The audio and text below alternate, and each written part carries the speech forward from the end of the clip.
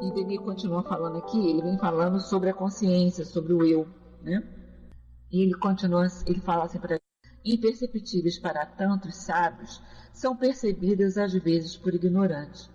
O mais belo livro está em nós mesmos, o infinito revela-se nele, feliz daquele que nele pode ler. Ou seja, ele vem falando o seguinte para a gente, todas as respostas, todos os questionamentos da nossa vida, nós temos a condição de buscar essas respostas. Basta que a gente saiba fazer o nosso silêncio interior, né? Basta que a gente saiba buscar dentro de nós essas respostas. É o que ele nos convida a fazer, né? Quando ele diz assim, repetindo o parágrafo, aqueles que se absorvem no estudo exclusivo dos fenômenos em busca das formas mutáveis e dos fatos exteriores, procuram muitas vezes bem longe essa certeza, esse critério que está neles. Eu quero tantas respostas para a minha vida e eu vou buscar fora essas respostas. Eu vou buscar dentro da ciência, eu vou buscar diversos conhecimentos, quando as respostas para as minhas questões existenciais estão dentro de mim, não estão fora de mim, estão lá dentro de mim. Agora, para que eu possa tentar entender, né, essas respostas, eu preciso me silenciar.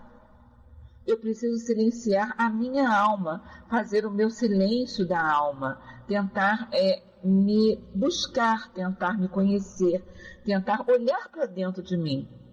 E dentro de mim eu encontrarei essas respostas. Mas como é que a gente pode falar assim, mas quantas vezes eu busco isso, eu procuro isso, mas eu não consigo achar? A gente não consegue achar porque a gente não se coloca numa posição de pacificação. A gente não se coloca numa posição de aceitação. A gente se coloca sempre numa posição de questionamento, de questionamento, de questionamento. Então eu quero que o outro dê a resposta para mim, das minhas questões existenciais, dos problemas que eu posso estar passando. Eu quero que o outro dê a resposta para mim. Porque se ele acertar ou se ele errar, aí foi ele quem errou, não fui eu. Mas eu preciso aprender a olhar para dentro de mim, a olhar para o meu eu, olhar para a minha alma, olhar para o meu espírito, fazer o meu silêncio, analisar as minhas potencialidades, analisar as minhas questões e buscar nessas questões as respostas, porque eu sei aquilo que eu estou querendo. Quando eu pergunto muitas vezes para o outro responde, mas não me interessa aquela resposta. Ou quando ele responde aquilo que a gente não quer ouvir, a gente também não ouve, finge que não entendeu. Quantas vezes, lá no Leon Denis, na casa de Leon Denis, a gente ao buscar orientação com o plano espiritual, nós colocamos lá a nossa solicitação de orientação, né? No início da reunião pública, nós colocamos lá as nossas questões, as nossas dores, as nossas angústias, e muitas vezes a resposta que vem, já recebi respostas assim, acredito que muitos já tenham recebido respostas assim também, é assim, filha, estude e trabalhe. Estude e trabalhe. Estude. Trabalhe mais, estude mais, procure entender mais. Mas eu não quero aquilo. Eu quero que ele me dê a resposta pronta. Eu quero que ele me dê a solução daquilo que eu estou procurando. Eu não estou procurando nada que me mande estudar. Eu estou procurando saber alguma coisa da minha vida, da minha dificuldade do momento, e eu quero que o plano espiritual responda para mim. Né? Se vai ser bom, se vai ser ruim, se aquilo que eu quero fazer vai ser o melhor da minha vida, ou então que ele me diga se eu devo fazer ou se eu não devo fazer. E não vem assim a resposta que a gente recebe. Não é? Vem assim, estude, frequente mais os cursos, leia mais, procure estudar mais, né? Por que vem essa resposta? Porque no momento em que eu tenho que estudar, eu vou refletir sobre aquilo que eu li. Eu preciso refletir sobre aquilo que eu li para que eu possa entender. E muitas vezes nessa reflexão né, eu vou encontrar aquilo que eu estava buscando. Então, quando o Denis coloca aqui para a gente, o mais belo livro está em nós mesmos. As respostas estão dentro de nós, as respostas não estão fora. Ninguém vem com uma resposta como um pacote. Eu pego um pacote, eu quero, como uma prova, né? Está lá a prova, eu quero receber o gabarito da prova. Eu quero que me diga se a primeira questão é letra A, a segunda letra B, a terceira letra B, e assim sucessivamente. Eu quero isso. Mas a resposta vem assim, filha, estude. Porque na medida em que eu estudar, que eu for me esclarecer mais, eu vou ter condições de buscar essa resposta e muitas outras, para muitas outras situações que possam vir a aparecer na minha vida, né? Mas eu quero aquilo pronto. Então, quando ele fala para a gente, o mais belo livro está em nós mesmos, porque as respostas estão dentro de nós. É essa busca interior que nós precisamos fazer, sim, né? E aí, ele continua assim para a gente. Todo esse domínio fica fechado para o positivista, que posterga a única chave, o único instrumento com o auxílio do qual pode penetrar nele. O positivista afadiga-se em experimentar, por meio dos sentidos físicos e de instrumentos materiais, o que escapa a toda medida objetiva. Por isso, o homem dos sentidos externos raciocina a respeito do mundo e dos seres metafísicos como um surdo raciocina a respeito das regras da melodia e um cego a respeito das leis da ótica. Se me falta esse sentido, se me falta o sentido da audição, como é que eu vou fazer análise de uma peça musical? Se me falta o sentido da visão, como é que eu vou raciocinar sobre as leis da ótica, sobre o campo óptico, se me falta esse sentido para que eu possa analisar, para que eu possa avaliar aquilo que eu estou ouvindo ou aquilo que eu imagino que seja? Eu não tenho esse sentido. Como é que eu vou...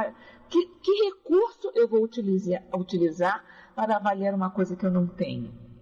Não tem como. Então, o que ele fala aqui, o positivista, ele analisa sempre, o materialista, ele analisa sempre as coisas materiais. E muitas vezes nós fazemos isso. Nós queremos compreender o mundo espiritual com a nossa ótica material. Eu quero entender o mundo espiritual com a minha ótica material. Eu quero entender como é que se dá uma edificação de uma cidade, né, de uma colônia espiritual, com os meus olhos da matéria, que ainda precisa dessa impressão da matéria para que eu possa esclarecer na minha mente, para que eu possa realizar uma cidade.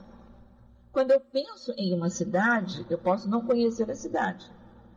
Quando eu penso em uma cidade, eu penso em ruas, eu sei como é que se esquematiza uma rua, onde quer que seja, em que país do mundo for, eu sei como se esquematiza uma rua, eu sei como se esquematiza, eu tenho a ideia, né, na minha mente de um edifício, eu tenho a ideia de um edifício que represente uma igreja, eu tenho uma ideia de um edifício que represente uma escola, eu tenho uma ideia de um edifício que represente um hospital, eu tenho a ideia de um edifício que represente, ou de uma casa que represente um teatro, um cinema. Eu posso não conhecer. Eu não conheço o lugar, mas eu sei que aquele lugar é formado por estruturas que eu tenho essa ideia, né? Então eu vou plasmando na minha mente, eu vou formando na minha mente essa ideia de cidade. Eu imagino como seja um jardim, eu imagino como seja um lago dessa cidade, uma lagoa, uma fonte, um chafariz. Eu tenho essas ideias, eu conheço esses locais, eu tenho noção de que seja, né? Eu não conheço Anápolis, eu nunca fui a Anápolis, mas eu sei que em Anápolis existem ruas que são pavimentadas, que tem sinal, não é? Que tem trânsito, que tem sinal que abre, sinal que fecha para os carros passarem, para os carros pararem, para os pedestres atravessarem, né? Eu idealizo tudo isso. Como isso é organizado naquele espaço físico, eu não sei, mas eu tenho ideia de como seja.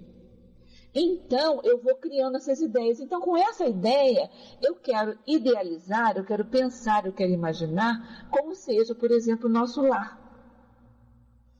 Quando o André Luiz fala lá em Ministério da Regeneração, Ministério da Reencarnação, né? Quando ele fala das construções, das casas, das flores, eu fico tentando imaginar como é isso lá no plano espiritual. Porque eu já estive no plano espiritual, mas eu não recordo dessa noção. Então eu procuro, com a minha ideia material, com a minha concepção de cidade, eu procuro imaginar o que seja. Então o materialista, ele faz mais ou menos isso, né? Ele avalia todas as questões do ser sob a ótica material. E chega um momento que as ideias dele param. Em algum momento as ideias dele vão parando, né? Ele busca explicações, ele não tem. Quando ele começa a olhar, quando o homem começa a olhar para esse ser espiritual, para as verdades desse plano espiritual, dessa vida espiritual, então a ideia dele vai além daquilo, né? Vai além daquilo que ele está vendo.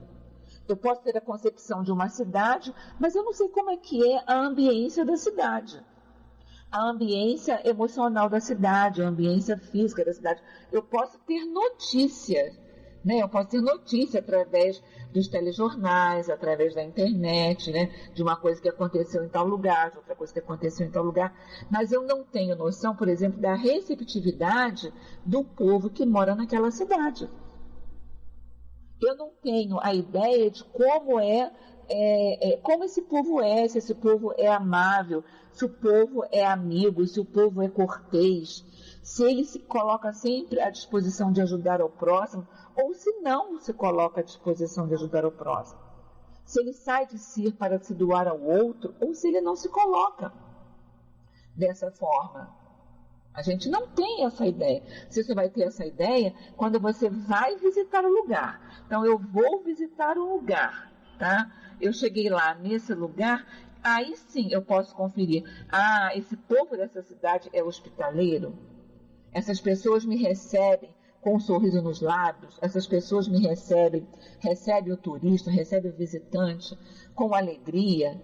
Estão dispostas a ajudar ao outro ou elas se limitam a cumprir aquilo que é função delas? Quais são as características desse povo? Como é que ele se apresenta?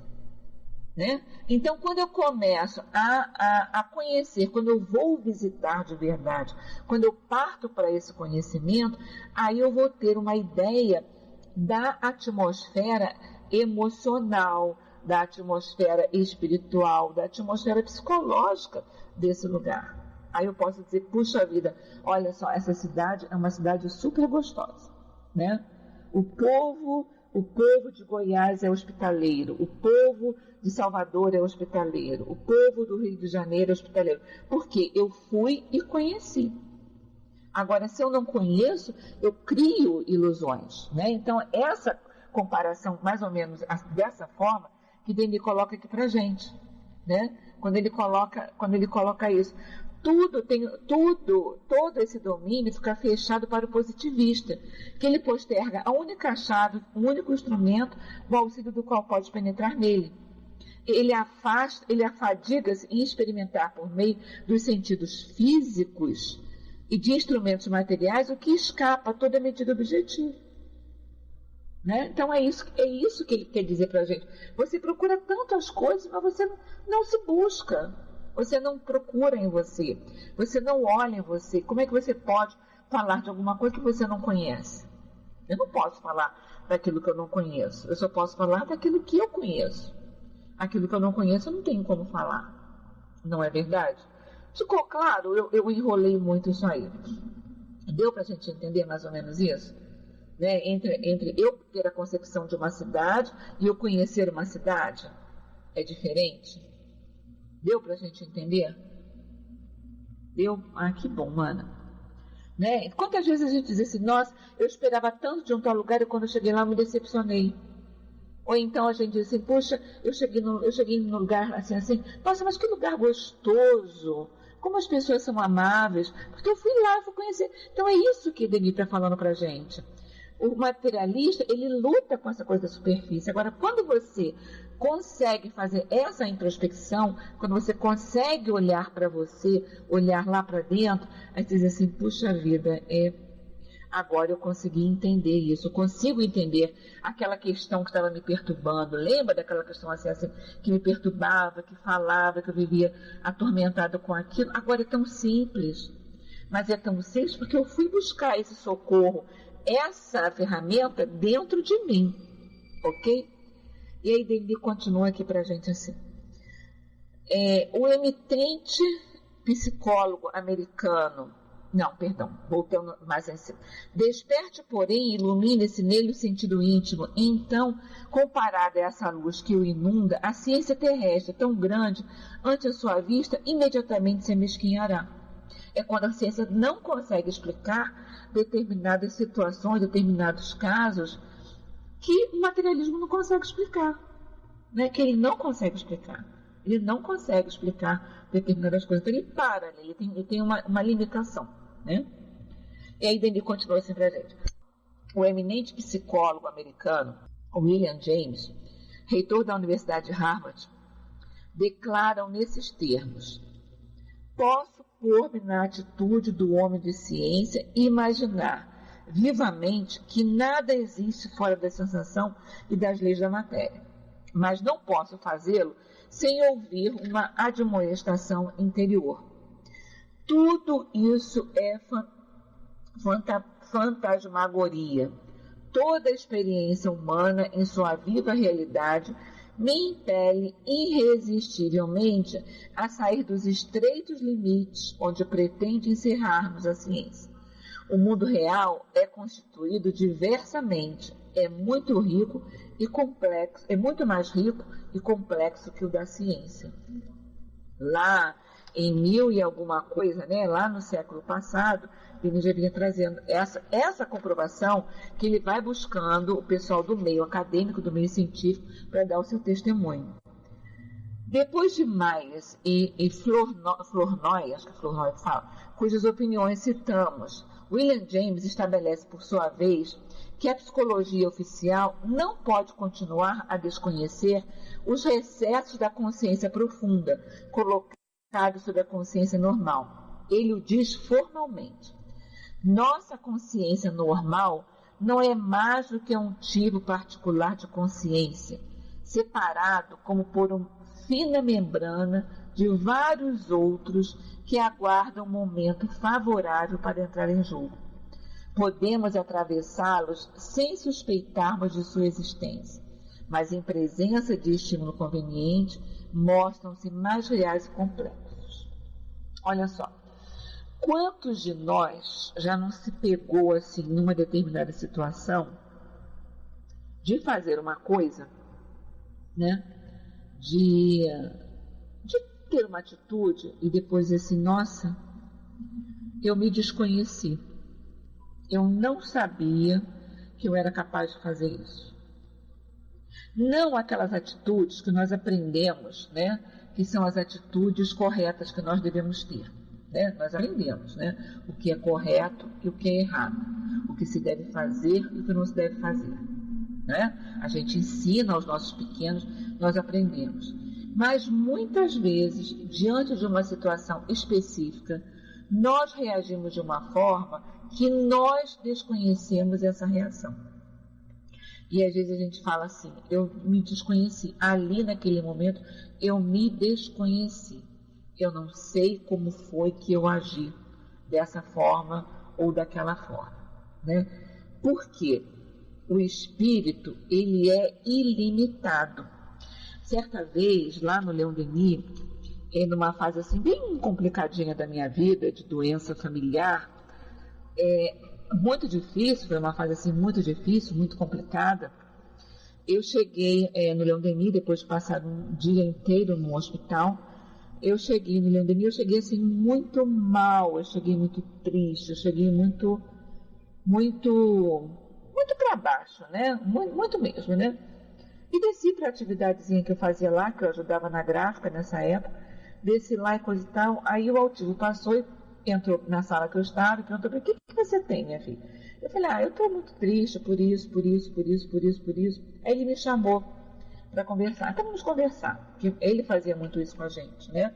Ele chamava a gente para conversar, ou então quando a gente pedia para conversar com ele, ele nos atendia prontamente dentro das possibilidades que ele tinha.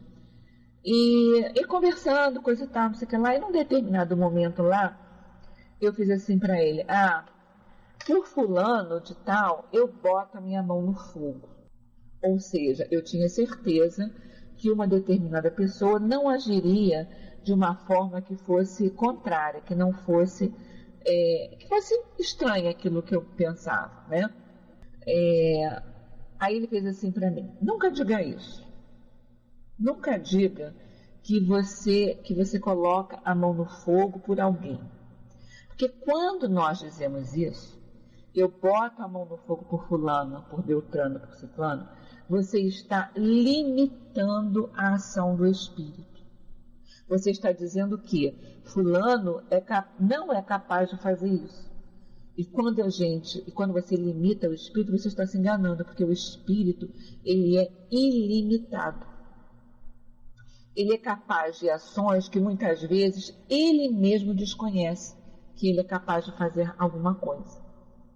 E a partir daí eu comecei a pensar justamente sobre isso, né? Fiquei pensando sobre isso em várias situações da minha vida, em vários momentos da minha vida, né? Geralmente nos momentos de decisão, né? A gente chega e diz: fulano não é capaz de fazer isso. Não sei. Não sei porque a ocasião faz com que você haja de uma forma ou de outra forma. Dependendo do que você atravessa, nem nós sabemos, mana, nós não sabemos exatamente, nós não sabemos como nós podemos agir.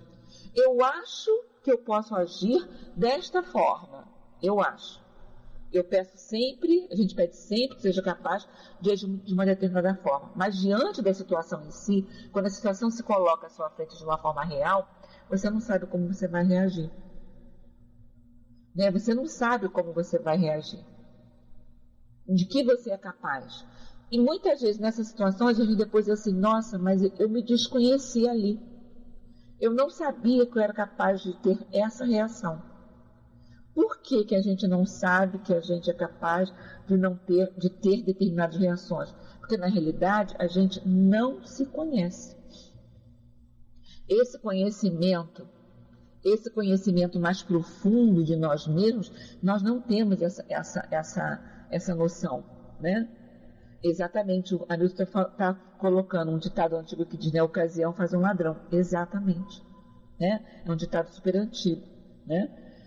Porque a gente não conhece, porque eu não sei daquilo que eu sou capaz. Por isso Jesus falou para a gente, né? Orai e vigiai. Vigia o teu pensamento e se mantenha em oração, né? Orai e vigiai. Eu preciso estar sempre em oração, principalmente nos momentos mais difíceis, mais críticos da minha existência, e eu preciso vigiar o tipo de pensamento que eu tenho nesses momentos críticos. Porque às vezes afloram em nós coisas que nós desconhecemos, uma força que nós desconhecemos, uma ideia que nós desconhecemos. Então essa é a importância do orar e vigiar. Essa é a importância da consciência, de conhecer a consciência, de conhecer o sentido íntimo da gente, que Denis vem falando nesse capítulo, né? Porque a gente precisa, porque a gente não conhece realmente quem nós somos. Né? E muito, se nós não conhecemos quem nós somos, nós não conhecemos o outro na sua integridade. Nós não sabemos quem é o outro. Ninguém tem escrito na testa: aqui veio, não é verdade? Eu não conheço o outro. Eu me relaciono, eu preciso me relacionar, eu vivo numa sociedade, eu preciso me relacionar, mas eu preciso orar, vigiar, e a gente acrescenta, e respeitar. E respeitar o outro, né? E se analisar. Em cada situação dessa, quando a gente chega e diz assim: nossa, eu me desconheci na situação X, eu poder fazer uma reflexão sobre a minha pessoa. Né? Quem sou eu? O que eu trago em mim? Que respostas eu tenho, eu procuro buscar, né? Então eu preciso, como se diz, me conhecer mais, e é o que ele vem falando para a gente o tempo todo, e o que ele coloca aqui: nossa consciência normal não é mais do que um tipo particular de consciência, separada por uma fina membrana de vários outros que aguardam um momento favorável para entrar em jogo. Podemos atravessá-los sem suspeitarmos da sua existência, mas em presença de estímulo conveniente, mostram-se reais e complexos. Né? Então eu preciso ter isso em mente. Eu preciso me conhecer, eu preciso orar, eu preciso vigiar o meu pensamento. Né? Para que esses momentos possam se fazer de uma forma mais amena para todos nós, para nós mesmos. Né? E aí ele continua, a propósito de certas conversões, acrescenta, descobrem-se profundezas novas na alma à proporção que ela se transforma, como se fosse formada de camadas sobrepostas, cada uma das quais permanece desconhecida enquanto está coberta com outra. Outro ditado que a gente usa, fulano agora, olha só, está se mostrando quem é, está colocando as manguinhas de fora. A gente não coloca e não fala isso? Fulano não está se mostrando quem é. Ele sempre foi. Ele sempre foi. Nós é que não conhecemos aquela faceta da personalidade de uma pessoa. Ele é. O ser é em sua integralidade. Ele é em sua totalidade. Nós é que não conhecemos. À medida que nós vamos conhecendo, essas camadas vão se tornando visíveis. Né? A convivência faz com que a gente conheça o outro como ele é. Uma coisa é conhecer alguém, me dar com alguém, de bom dia, boa tarde, boa noite, oi, olá, tudo bem, etc e tal, parará, né? Das nossas rodas sociais, dos nossos grupos sociais, dos nossos grupos fraternos. A outra coisa é eu conviver com a pessoa. Eu dividir responsabilidades, eu conviver com a pessoa. Né? Outro ditado antigo, né? Que diz assim, queres conhecer uma pessoa? Faça uma viagem longa, dê a ela poder ou coma 1 quilo de sal junto. Meu pai que falava muito isso. Você quer conhecer fulano? Vá comer 1 quilo de sal junto. Por que 1 quilo de sal? 1 quilo de sal na nossa casa, ele termina com facilidade? Ele dura um tempo grande? A gente consome 1 quilo de sal em 15 dias? Não. 1 quilo de sal a gente consome muito mais do que isso, num tempo muito maior. Então, ou seja, se eu comer 1 quilo de sal junto com fulano, eu vou estar convivendo com essa pessoa durante um tempo maior. Então, eu começo a conhecer, né, na realidade, quem é aquela pessoa. Essas cascas, né, essas cascas da aparência vão saindo, as camadas vão saindo. Por quê? Faz parte da convivência. Eu não me mostro quem na realidade eu sou para aquelas pessoas que eu encontro esporadicamente. Eu me mostro na realidade quem eu sou para quem convive na minha casa comigo. Para quem está todo dia comigo é que sabe quem eu sou. Para quem me encontra esporadicamente, vai ser uma pessoa fantástica, maravilhosa, né? Mas vamos conviver para mostrar, para a gente poder se mostrar quem é. Não é verdade? Não é assim? Não é assim nas nossas relações? Não é assim com o casamento? Não é assim com o chefe? Não é assim com o patrão? Não é assim com empregados? Não é assim que as relações humanas se estabelecem? Você vai conhecendo gradativamente o outro. Né? Ou você aceita ou você não aceita as facetas novas que você conhece. Quando você tem amizade, quando você tem amor, quando você... é mais importante estar com aquela pessoa para você, então você vai procurar entender a maneira dele agir assim. E através da conversa, do diálogo franco, do diálogo aberto, eu vou saber por que o meu companheiro age de uma forma e eu vou entender também, e ele vai entender também, por que eu ajo dessa forma. Eu posso dizer aquilo que eu não gosto, ele pode dizer aquilo que ele não gosta, e nós chegamos a um consenso. E assim nós vamos modificando as nossas camadas. Nós vamos tirando as nossas camadas, mas vamos modificando o nosso ser. Vivemos em sociedade justamente por isso, para aprendermos a ser tolerantes um com o outro e a entender as dificuldades um do outro. Certo? Tá certo? É assim. Né? É assim na família, é assim no meio social, é assim na casa espírita, é assim no trabalho da internet, é assim na nossa vizinhança, é assim onde quer que nós possamos estar. Porque nós somos seres humanos, então nós levamos a nossa, como é que se diz? Nós imprimimos a nossa maneira de ser né, na nossa alma, no nosso caráter, e a gente vai mostrando esse caráter gradativamente, né?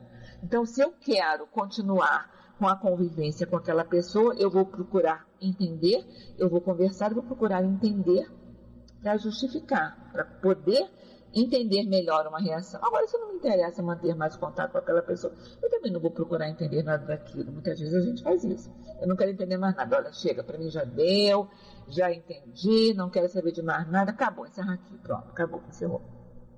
Mas é sempre uma oportunidade que a gente perde de conhecer o outro e de conhecer a nós mesmos também. Não é verdade? E ele coloca assim, e mais adiante, quando um homem tende conscientemente para um ideal, é em geral para alguma coisa vaga e indefinida. Existem, contudo, bem no fundo do seu organismo, forças que aumentam e caminham em sentido determinado. Os fracos esforços que esclarecem a sua consciência suscitam esforços subconscientes, aliados vigorosos que trabalham na sombra. Mas essas forças orgânicas convergem para um resultado que muitas vezes não é o mesmo e que é sempre mais bem determinado que o ideal concebido, meditado, reclamado pela consciência nítida. Tudo isso confirma que a causa inicial e o princípio da sensação não estão no corpo, mas na alma. Os sentidos físicos são simplesmente a manifestação externa e grosseira, olha o termo que ele utiliza, a manifestação externa e grosseira, o prolongamento na superfície do ser dos sentidos íntimos e ocultos. O Chicago Chronicle, de dezembro de 1905, refere um caso extraordinário de manifestação do sexto sentido que julgamos dever citar aqui. Trata-se de uma menina de 17 anos, cega e surda-muda, desde a idade de 6 anos, e na qual se desenvolveu, dessa época em diante, uma faculdade nova. Né? Então, o que ele vem dizendo? Esse ímpeto que nós temos, né, ele na realidade ele está secundado por uma razão muito maior. Por uma razão muito maior. Ele é meditado, esse ideal é concebido, ele é meditado. Lá dentro, lá naquele miolinho da gente, né, lá dentro. As manifestações externas, né, quando ele coloca aqui os sentidos físicos, ele é apenas a manifestação externa que essa alma possui. E na medida em que eu vou aprimorando essas manifestações, eu vou deixando fluir essas manifestações externas, eu vou deixando fluir essas manifestações internas. É o que ele tenta mostrar aqui pra gente, contando o caso de uma menina que era cega, surda e muda. Ela não tinha o sentido da visão, ela não tinha a audição e ela não tinha a fonação. Ela não tinha esses três. Mas ele vai ver que ela desenvolveu outras faculdades que permitiu compensar essas que ela não tinha. E ele vem descrevendo o caso dessa menina, e a gente vai ler aqui, ele diz assim: Ella Hopkins pertence a uma boa família de Utica, em Nova York. Há 3 anos, foi colocada pelos pais num instituto de Nova York destinado à instrução dos surdos mudos. Como as outras crianças daquela casa, ensinaram-lhe a ler, a ouvir e a exprimir-se por meio dos dedos, a linguagem dos sinais, né? Não somente ela rapidamente se apropriou dessa linguagem, como chegou a perceber o que se passa em volta de si tão facilmente como se gozasse dos seus sentidos normais. Sabe quem entra e sai, se é pessoa conhecida ou estranha, segue e percebe a conversa sustentada em voz baixa no aposento onde se encontra, e a pedido a reproduz fielmente por escrito. Não se trata de leitura de pensamento direto, pois que a menina não compreende o pensamento das pessoas presentes, senão quando lhe dão uma expressão vocal. Mas esta faculdade tem intermitências e mostra-se às vezes com outros aspectos. A memória de ela é das mais notáveis. O que aprendeu uma vez e aprende depressa, nunca mais o esquece. Sentada diante da máquina de escrever, com os olhos fixos, como se vissem, com interesse intenso nas teclas do instrumento, do qual se serve com extrema precisão, tem toda a aparência de uma jovem inteligente, em plena posse das faculdades normais. Os olhos são claros e expressivos, a fisionomia animada e variável. Ninguém diria que ela é cega, surda e muda. Devemos acreditar que o diretor do Instituto, Sr. Courrier, está habituado à manifestação das faculdades anormais nestes infelizes, pois que não parece admirar-se com o caso da menina. Temos todos, diz ele, consciência de certas coisas, sem o auxílio aparente dos sentidos ordinários. Aqueles que são privados de 2 ou 3 desses sentidos e obrigados a contar com o desenvolvimento de outras faculdades para o subtrair, veem naturalmente estas se desenvolverem e se fortificarem. Só esse finalzinho aqui. Não há na mesma classe de ela, entre duas mocinhas igualmente cegas, surdas e mudas, que possuem também este sexto sentido, ainda que em menor grau. Faz gosto, ao que parece vê-las, todas três, comunicarem-se rapidamente pelo voo do pensamento, tendo apenas necessidade do ligeiro contato dos dedos sensitivos. Quando você não tem um sentido, normalmente o corpo humano, o organismo humano, ele desenvolve outros, aqueles outros sentidos que ele tem, ele apura mais esses sentidos para que justamente possa compensar aquilo que não tem, Alguns meses atrás, eu fui visitar uma exposição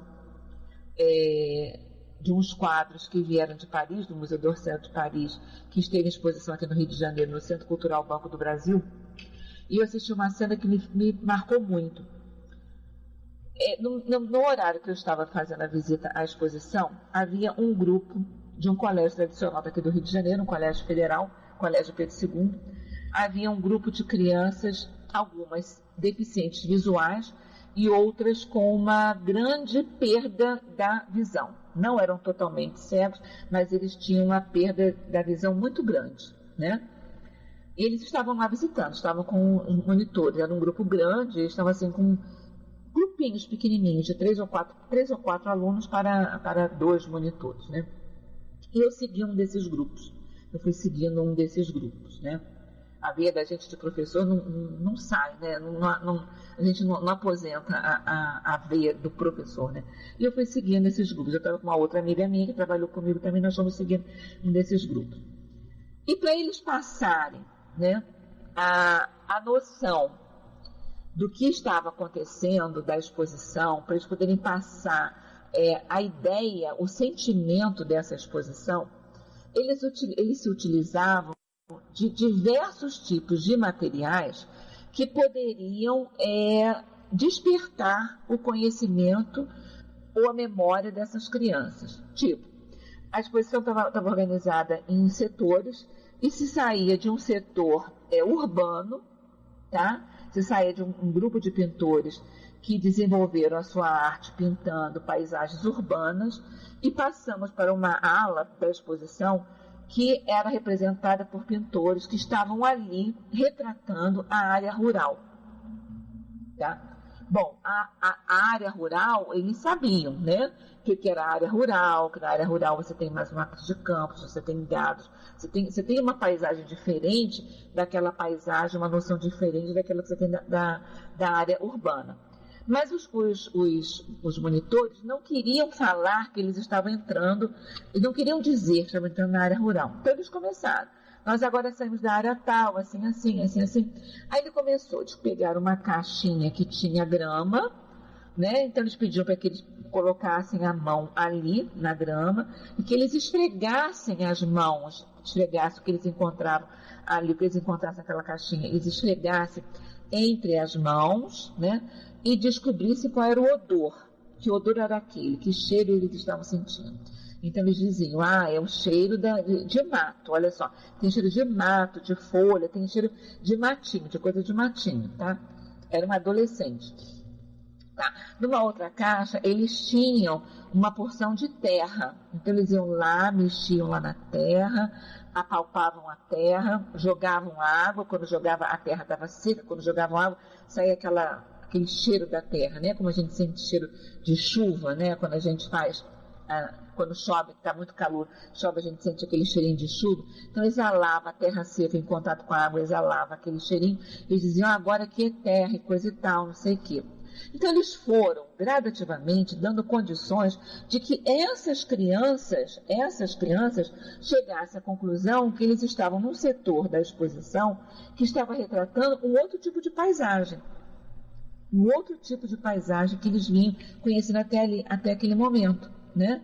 Então, eles foram dando esses indícios para que eles pudessem descobrir. Eles iam buscando na sua memória, buscando no seu conhecimento, né, os dados referentes àquele recurso que os monitores estavam dando para eles. Aí eles chegaram à conclusão, então agora nós estamos onde tem matinho, onde tem terra, onde tem isso, coisa e tal. Então, eles foram concluindo que eles estavam agora numa ala que estava sendo representada por pintores que retratavam a zona rural das cidades, das suas cidades onde eles viviam, né? Das grandes cidades onde eles viviam. Então, eles foram desenvolvendo essa habilidade, sendo que um dos monitores que estava seguindo esse grupo também era deficiente visual. Ele também era deficiente visual. Então, eu estava falando. E para dar a ideia do quadro, né, eles pegavam uma superfície rugosa e mostravam para eles. Passa a mão aqui. Esse quadro, esse pintor tem uma característica tal, ele pinta de uma forma que a superfície dele, né, do quadro, a gente não pode passar a mão no quadro, mas pode passar a mão aqui nesse papel que nós temos. Quando você passa a mão aqui, você sente o quê? Isso aqui é liso, uma superfície lisa ou uma superfície áspera? Então, eles chegavam à conclusão de que era uma superfície áspera. Tá? E para um quadro de tinta ficar com uma superfície áspera, é porque ele tem muita tinta ou pouca tinta. Então, eles iam apresentando as características do pintor para que eles pudessem ter esse recurso para poder buscar aquilo que eles estavam visitando. E saíram dali falando dos pintores, né? A visão da alma, exatamente, Sandra. E eles saíram dali, eu fiquei assim encantada com esse grupo, fiquei encantada com o Departamento Educacional do Centro Cultural Banco do Brasil. Eu fiquei encantada mesmo, mandei até um e-mail para lá elogiando, né, o trabalho que eles fizeram, porque eles saíram dali, sabe, discutindo sobre aqueles pintores que estavam representados ali. Discutindo as características de Monet, discutindo as características de um Van Gogh, discutindo as características daqueles pintores renascentistas que estavam ali. Impressionistas que estavam ali. Né? Eles saíram discutindo isso. Por quê? Eles buscaram lá na alma, eles buscaram dentro daquele espírito, dentro da alma deles, eles foram buscando esse conhecimento. Né? Se eles não tivessem alguém que desse a eles essa possibilidade, que apresentasse o material para eles, talvez eles passassem por ali e não entendessem nada, não poderiam entender absolutamente nada, a não ser que tivesse com fone com alguém explicando a exposição, que não era o caso deles. Mas através do tato, que eles tinham o tato, né? Eles puderam buscar lá dentro deles essas paisagens. Né, as paisagens da área urbana, a paisagem da área rural, a característica de cada pintor que estava ali sendo representado, que estava ali se apresentando. Né? Eles puderam, porque eles não tinham aqueles sentidos, mas têm outros sentidos na alma que necessariamente não necessitam daqueles que estão deficientes para fazer a leitura do mundo. Né? Há todo esse conhecimento da alma, ele tem esse conhecimento, ele tem dentro de si todo esse cabedal de conhecimento. Talvez ele nem saiba que tem. Mas a partir do momento em que dão a ele a condição dele analisar, dele buscar, dele analisar, ele pode buscar esse recurso lá dentro da alma dele, da sua alma. E é isso que Denis vem colocando para a gente quando ele fala, quando ele retrata aqui para a gente o caso dessa menina, né? No caso da Ela, quando ele, aqui no finalzinho, quando ele fala: há na mesma classe de Ela outras duas mocinhas igualmente cegas, surdas e mudas que possuem também esse sexto sentido. Tem essa potencialidade da alma. Nós temos essa potencialidade da alma, esse sexto sentido na alma. Ainda que em menor grau, mas tem. Faz gosto ao que parece vê-las todas três comunicarem-se rapidamente pelo voo do pensamento, tendo apenas necessidade do ligeiro contato dos dedos sensitivos. Né? Então, é essa sensibilidade que nós temos. E é dessa sensibilidade que Leon Denis falou o tempo todo da gente conhecer, da gente dar vazão a essa sensibilidade, de conhecer essa alma, de conhecer a potencialidade dessa alma para desenvolvê-la, para a gente poder conhecer de uma forma melhor, desenvolver de uma forma mais clara, de uma forma mais transparente para a gente, não é verdade? E Denis continua assim para a gente: a enumeração desses fatos acrescentaremos um testemunho de alto valor do professor César Lombroso, da Universidade de Turim. Escrevia ele na revista italiana Arena, em junho de 1907. Até 1890, foi acérrimo adversário do espiritismo. Em 1891, porém, tive de combater numa cliente minha um dos fenômenos mais curiosos que jamais se me depararam. Tive de tratar a filha de um alto funcionário da minha cidade natal, a qual, de repente, foi acometida na época da puberdade de violento acesso de histeria, acompanhado de sintomas de que nem a psicologia nem a fisiologia podiam dar explicação. Havia momentos em que os olhos perdiam totalmente a faculdade de ver, e, em compensação, a doente via com os ouvidos. Era capaz de ler com os olhos vendados algumas linhas impressas que lhes apresentassem ao ouvido. Quando se lhe punha uma lente entre o ouvido e a luz solar, ela experimentava como que uma queimadura nos olhos, exclamava que queriam cegá-la. Conquanto não fossem novos esses fatos, não deixavam de ser singulares. Confesso que pelo menos pareciam-me inexplicáveis pelas teorias fisiológicas e patológicas estabelecidas até então. Parecia-me bem clara uma única coisa, é que esse estado punha em ação numa pessoa, dantes inteiramente normal, forças singulares em relação com os sentidos desconhecidos. Foi então que tive a ideia de que talvez o espiritismo me facilitasse a aproximação da verdade. Ou seja, quando ele se propõe a enxergar além do que aquilo que a fisiologia, que a biologia, que a medicina física apresenta para ele, quando ele se propõe a enxergar além daquilo que esse universo físico se apresenta para ele e dá a ele instrumentos para que ele possa diagnosticar, que ele possa avaliar, quando ele olha de uma outra forma, quando ele se depara com isso, né? Quando ele se depara com isso, ele para e pensa: epa, não é assim. Não é assim. Então, existe alguma coisa além desse organismo físico que possa estar respondendo por isso aqui. Então, ele começa a procurar. E como Denis, a gente vai observando que Denis ele tem essa didática, né? Ele apresenta um assunto, ele apresenta dentro do fórum científico aquilo que pode, aquilo que representa.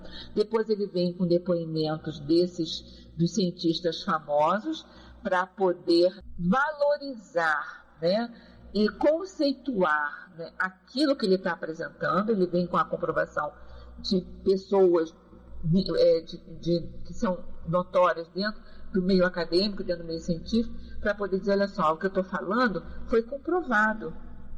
né? O que a gente está mostrando aqui de espiritismo foi comprovado. Eu tenho aqui dados que comprovem isso, né? Ele vem defendendo a tese dele, ele mostra as defesas da tese dele, para depois ele chegar e dizer: você está vendo? Olha só, isso que está aqui.